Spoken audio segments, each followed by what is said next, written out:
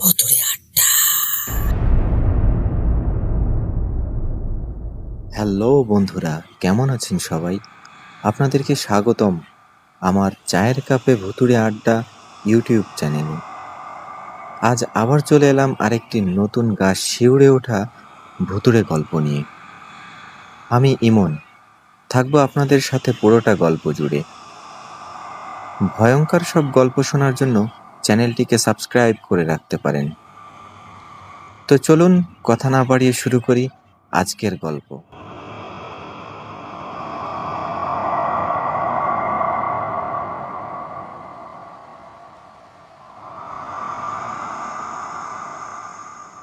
গল্পের নাম ছায়ার তাণ্ডব। কালীচর গ্রামটা ছিল একটা শান্ত নির্জন জায়গা। দিনের বেলায় খেজুর গাছ, খাল আর পাখির ডাক সব মিলিয়ে একখানা ছবির মতো পরিবেশ। কিন্তু সন্ধ্যা নামলেই একটা অদ্ভুত গন্ধ ছড়িয়ে পড়তো চারপাশে, কোনো পুরনো সরা কাপড় পচে যাওয়ার মতো। গ্রামের মানুষজন এই গন্ধটা চিনত, কিন্তু কেউ মুখে আনতো না, কারণ সবাই জানতো এটা ছায়ার গন্ধ। ছায়া ছিল একজন মহিলা, কিন্তু মানুষ না। বলা হতো বছর 25 আগে এই গ্রামের পাশের ডোবার ধারে এক বিধবার মৃতদেহ পাওয়া গিয়েছিল। কেউ জানতো না কে তাকে মারল, তবে তার চোখ খোলা ছিল আর মুখে ছিল বিশ্রী এক হাসি। তারপর থেকেই সেই এলাকা ছায়ার ডোবা নামে পরিচিত। একদিন গ্রামের হাই স্কুলে একজন নতুন শিক্ষক এলেন। নাম মিলন সাহা, বয়স 30-এর কাছাকাছি। শহর থেকে বদলি হয়ে এসেছেন। গ্রামবাসীরা প্রথমে একটু কৌতূহলী হলেও পরে বেশ আপন করে নেয় তাকে। তবে মিলনের মধ্যে এক অদ্ভুত ব্যাপার ছিল। সে রাতে একা একা হাঁটতে ভালোবাসতো। আর সবচেয়ে অদ্ভুত ব্যাপার, সে ছায়ার ডোবার পাশ দিয়ে প্রায় হাঁটত। প্রথম দিকে কেউ কিছু না বললেও এক রাতে গোবিন্দ চাচা নামে এক বয়স্ক লোক তাকে থামিয়ে বলেন, মাস্টারবাবু, ওই দিক দিয়ে যাবেন না। যে গন্ধটা পান ওটা মানুষের ডাক। মিলন হেসে বলেন, চাচা, আমি তো ভূত টুত মানি না, কুসংস্কার এসব। চাচা কিছু না বলেই চুপ করে চলে যান, কিন্তু তার চোখে আতঙ্ক স্পষ্ট ছিল। রাত তখন প্রায় 9টা। আষাঢ়ের অন্ধকারে ডুবে গেছে কালীচর গ্রাম। খেজুর গাছগুলো থেমে থাকা বাতাসেও অদ্ভুতভাবে কাঁপছে, যেন পাতাগুলোর মধ্যে কেউ ফিসফিস করে কাঁদছে। একমাত্র শব্দ ছিল দূরে কোনো কুকুরের কান্নার মতো ডাক। মিলন সাহা ফিরছিলেন স্কুল থেকে দেরি করে, কারণ ওই দিন বিকেলে স্কুলে অভিভাবক সভা ছিল। গ্রামের সবাই চলে গেলেও তিনি একা থেকে গেছেন পুরনো রেজিস্টার ঘাঁটতে। কিন্তু কি যেন তাকে টেনেছিল ছায়ার ডোবার পথ ধরে ফিরতে। একটা অদৃশ্য হাত যেন মনে মনে তাকে ডাকছিল। চাঁদের আলো ছিল না, কুয়াশা গড়িয়ে পড়ছিল গাছের ডাল থেকে। সে যখন ডোবার ধারে এসে পৌঁছালো, হঠাৎ ঠান্ডা হাওয়া চেপে এলো। গা শিরশির করে উঠল, পায়ের নিচে কাদা নরম হয়ে গেল। হাঁটা কষ্টকর। তারপর তারপর সেই গন্ধ, একটা পচা মাংস, ভেজা চুল আর আগুনে পোড়া চামড়ার গন্ধ। গন্ধটা এমন যে গলা দিয়ে বমি উঠে আসতে চায়। মিলন হাত দিয়ে নাক চেপে ধরে, কিন্তু ততক্ষণে যেন দেরি হয়ে গেছে। পেছন থেকে একটা শীতল বাতাস তার ঘাড় ছুঁয়ে গেল। তুই এত রাতে একা? মিলন চমকে পেছনে তাকালো। কিছু নেই, শুধু ডোবার ধার, পচা পাতা আর একটা শূন্যতা। কিন্তু গলার সেই আওয়াজ, নারী কণ্ঠ, ভাঙা বিষণ্ণ। আবার বলল, আমি জানি তুই ভয় পাস না, তাই তো এলি আমার কাছে। এইবার মিলন এক পা পিছিয়ে গেল, বুক ধড়ফড় করছে। তার চোখ ডোবার মাঝখানে একটা কিছু দেখে, যেন ছায়া না, মানুষ। একটা মহিলা দাঁড়িয়ে আছে, না না, ভেসে আছে। তার গায়ের শাড়ি ছেঁড়া, ভিজে আর কালচে পোড়া দাগে ভরা, চুলগুলা হাঁটু পর্যন্ত নামা। কিন্তু সবচেয়ে ভয়ঙ্কর তার মুখ। চোখ ছিল না, শুধু কালো দুইটা গর্ত, অন্ধকারের চেয়েও গভীর। আর ঠোঁটের কোণে ছিল এক অস্বাভাবিক দীর্ঘ বিকৃত হাসি। তুই তো আমায় ডাকিসনি, কিন্তু আমি এলাম। আমার কেউ ছিল না তোর মতো। তুই আমায় দেখিস, মনে রাখিস। মিলন পা হড়কে পড়ে গেল কাদায়। সে উঠে দাঁড়ানোর চেষ্টা করলো, কিন্তু কিছু একটা তার পা চেপে ধরে রেখেছে, যেন শেকড় নয়, হাত। বরফ ঠান্ডা। সে চিৎকার করতে চাইল, কিন্তু গলা দিয়ে আওয়াজ বেরোয় না। তুই আমার দুঃখ বুঝিস। তোকে আমি ছাড়বো না, তোকে আমি আমার ভেতর রাখবো।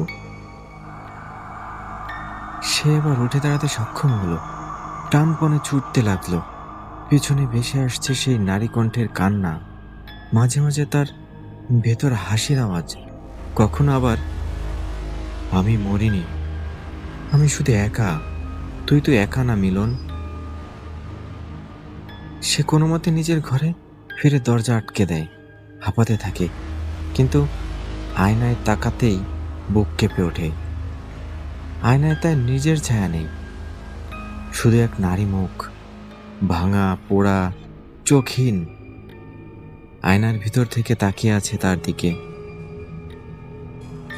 ছায়ার ডোবার সেই রাতের ঘটনার পর থেকে মিলন সাহা যেন আর আগের মানুষ ছিলেন না। তার চোখে থাকতো এক ধরনের খালি দৃষ্টি, যেন তার ভিতরে কিছুই নেই, শুধু একটা ফাঁকা খোলস। স্কুলে এসে বসে থাকতেন ঘন্টার পর ঘন্টা, কিন্তু প্রশ্ন করলেই উত্তর মিলত না কোনো। সে আর কারো চোখে চোখ রাখত না। খাতায় লেখার সময় মাঝে মাঝেই হাত কাঁপত, ছাত্রদের নাম ভুলে যেত, আর মাঝে মাঝে বলে ফেলতো অদ্ভুত সব কথা। আমার শরীরটা যেন আমার না, আমার ভেতর কেউ কথা বলছে।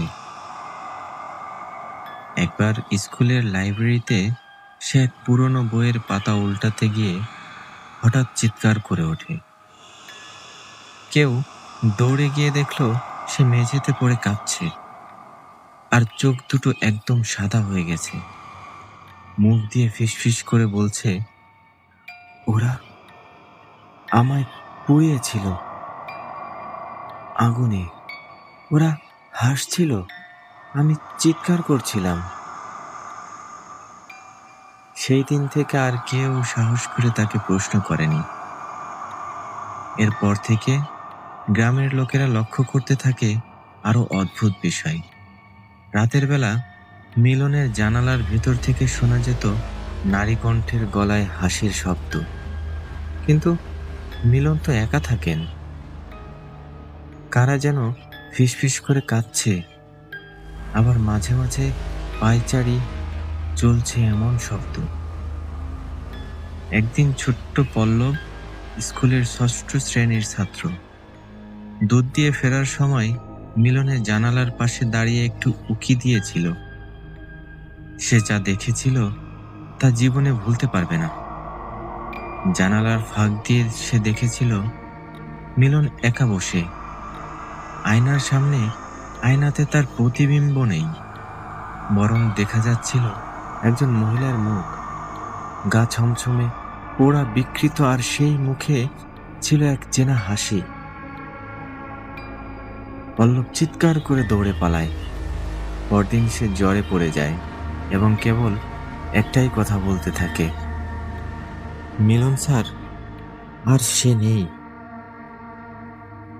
তার চোখে কিছুই নেই, শুধু গর্ত, গভীর গর্ত, আর পড়ে যাচ্ছিল। গ্রামের বয়স্করা বিষয়টা বুঝতে পারল। কেউ কেউ ফিসফিস করে বলল, ছায়া তার ভিতরে ঢুকে গেছে। ও যে এত রাতে ওই দিকে গেল, তার পরিণাম এটাই। কিন্তু প্রশ্ন একটাই, মিলন কেন? সে কি কেবল কৌতূহলী ছিল, নাকি তার ভেতরে লুকানো ছিল সেই একাকিত্ব যেটা ছায়া চিনতে পেরেছিল? কারণ ছায়া শুধু হিংস্র নয়, সে দুঃখী। সে খুঁজে ফেরে তার মতো কাউকে, একজন নিঃসঙ্গ মানুষ যার ভিতর সে আশ্রয় নিতে পারে। আর এবার তার আশ্রয় হয়েছিল মিলনের দেহে। গ্রামে যেন নিঃশ্বাস আটকে ছিল। চারদিক অস্বাভাবিক চুপচাপ। পাখি ডাকছিল না, কুকুর ছিল গা ঘেঁষে কুই কুই করে। আর মিলন সাহা, সে যেন মানুষ নয়, একটা আবরণ যেটার মধ্যে বসে আছে অচেনা কেউ। গ্রামের বৃদ্ধদের নেতৃত্বে একদল লোক চলে গেল পাশের খোঁচাবাড়ি গ্রামে। সেখানেই থাকতেন হরিদাস তান্ত্রিক। তার নাম শুনলেই শীত জেগে বসত বুকের ভিতরে। তার চোখ দুটো কালি দিয়ে মাখা, কপালে লাল সিঁদুর, গলায় 6 তলা রুদ্রাক্ষের মালা, আর হাতে এক বিশাল ত্রিশূল। তার সঙ্গে এক খাঁচা, যার মধ্যে একটা কালো কাক আর শ্মশানের মাটি ভর্তি কলস। গ্রামের ছেলেরা কৌতূহল নিয়ে দেখছিল, কিন্তু কেউ বেশি কাছে যেত না। হরিদাস এসে সোজা ঢুকলেন মিলনের ঘরে। জানালা দরজা বন্ধ করে দিলেন, শুধু মেঝেতে একটি তামার মণ্ডল আঁকলেন মন্ত্র জপের জন্য। তার মাঝখানে মিলনকে বসিয়ে দিলেন। হঠাৎ মিলন কেঁপে উঠল, মুখ দিয়ে গড়গড় আওয়াজ বের হতে লাগলো। কিন্তু সেটা তার কণ্ঠ নয়, বরং যেন এক বৃদ্ধা নারী। তুই আমাকে ডাকার কে? আমার ঘর আমি ছাড়ুম কেন? হরিদাস গর্জে উঠলেন। যার রক্ত অন্যায়ভাবে ঢালা হয়, তার আত্মা এভাবেই ফিরলে তাকে ত্যাগ করতেই হয়। মিলনের চোখ হঠাৎ কালো হয়ে গেল, মূর্ছার মতো ঝিমিয়ে পড়ল। তারপর তার মুখ থেকে ঝাঁপিয়ে এলো বিকট হেসে ওঠা এক কণ্ঠ, নারীর স্বর, কিন্তু গলা ভাঙা, কুয়াশার মতো ভারী। তুই জানিস না আমি কে? আমি রূপসী। আমি বিধবা ছিলাম, কিন্তু প্রেম চেয়েছিলাম। আর এই সমাজ, এই গ্রামের পুরুষেরা আমায় পুড়িয়ে দিল। ওরা আমার মুখ আগুনে ঢাকলেও আমার আত্মা মরেনি। আমি ছায়া হয়েছি। ঘর অন্ধকার হয়ে গেল, বাতি নিভে গেল, দরজা কেঁপে উঠল, মেঝে দিয়ে কালো কুয়াশা উঠতে থাকলো। ঘরের কোণে বসে থাকা কালো কাকটা ডানা ঝাপটাতে লাগলো, চোখ লাল হয়ে উঠল। হরিদাস ত্রিশূল তুললেন আর মন্ত্র পড়া শুরু করলেন। ওম কালী কালী চণ্ডিকা চণ্ডী। অশুভ শক্তি নিঃশেষ কর মা ধ্বংসিনী। মন্ত্রের তেজে ছায়ার আর্তনাদ শুরু হলো। তুই আমায় জোর করে বের করতে চাস? আমি কাউরে ডাকিনি। এই মিলন আমায় ডাকছিল। প্রতি রাতে ও আমায় দেখত, আমার দুঃখ বুঝতো, ও আমার ভিতর ঢুকতে দিয়েছিল। আমি তো শুধু একটু ভালোবাসা চেয়েছিলাম। হরিদাস গর্জে উঠলেন। ভালোবাসা নয়, তুই প্রতিশোধের আগুন। তুই মরেছিস অভিশপ্ত হয়ে, আজ আমি তোর বন্ধন ছিন্ন করব। তিনি কলস থেকে শ্মশানের মাটি ছিটিয়ে দিলেন মিলনের চারপাশে। চারিদিকে আগুনের রেখা জ্বলে উঠল। মিলন কাঁপতে লাগলো, তার মুখ ঘুরে গেল। চোখের পাতা উল্টে গেল। হঠাৎ হঠাৎ এক তীব্র চিৎকার, যেন এক মৃত আত্মা বুক চিরে বেরিয়ে এলো। তারপরেই ঘরের এক কোণ থেকে লম্বা চুলওয়ালা ছেঁড়া শাড়ি পরা এক মহিলার ছায়া উঠে দাঁড়ালো। হয়তো ওটাই ছিল রূপসী, কিংবা শুধু অভিশাপের প্রতীক। সে বলল, এই দেহ ছাড়লাম, কিন্তু বিচার না পেলে আমি ফিরব, বারবার ফিরব। শুধু আমি না, আমার মতো আরো যারা পুড়েছে তারা ফিরবে। এই বলে সে থামল। হরিদাস ত্রিশূল ছুঁড়ে মারলেন তার দিকে। এক ঝলক আগুন আর এক বিস্ফোরণ। ঘরের দেয়ালে ধাক্কা লেগে কাকটা মরে গেল। কালো ছাই হয়ে গেল কোণ ঘেঁষে। সবশেষে শুধু একটা কণ্ঠ ভেসে রইল বাতাসে। তাদের বলিস, আমি মরিনি, আমি শুধুই অপেক্ষা করছি। পরদিন সকালে মিলনকে দেখা গেল গ্রামের কালী মন্দিরে বসে থাকতে, নির্বাক। সে শুধু বলল, আমি ওর চোখ দেখেছি, ওর দুঃখ বুঝেছি, ওর অভিশাপ মুক্তি চায়। তান্ত্রিক বললেন, ও শান্ত হয়নি, ওর দেহ পড়েছিল, কিন্তু আত্মা না। যতদিন না ওর হত্যার বিচার হয় ততদিন ও আসবে, যাকে ডাকবে তার মধ্যেই প্রবেশ করবে। গ্রামের বৃদ্ধরা মুখ চাওয়াচাই করে। তারা জানতো সত্যি কি হয়েছিল সেই 25 বছর আগে, কিন্তু কেউ আজও স্বীকার করেনি। কয়েক মাস কেটে গেছে। মিলন গ্রাম ছেড়ে চলে গেছে, কিন্তু ছায়ার দোবার গন্ধ আজও মাঝে মাঝে ভেসে আসে। আর গ্রামের শিশুরা বলে, রাতে খেজুর গাছের ছায়ায় একজন মহিলা বসে থাকে। তার চোখ নেই, কিন্তু সে সবাইকে দেখে। আর সে আজও খুঁজে চলে যে তাকে প্রতারিত করেছিল। ভয়ঙ্কর সব গল্প শোনার জন্য চ্যানেলটিকে সাবস্ক্রাইব করে রাখতে পারেন।